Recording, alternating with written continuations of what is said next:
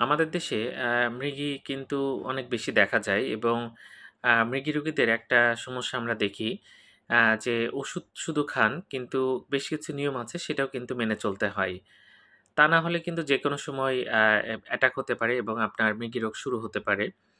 আপনি যদি খুব বেশি শারীরিক বা মানসিক চাপে থাকেন তাহলে কিন্তু মৃগী রোগের অ্যাটাক হতে পারে।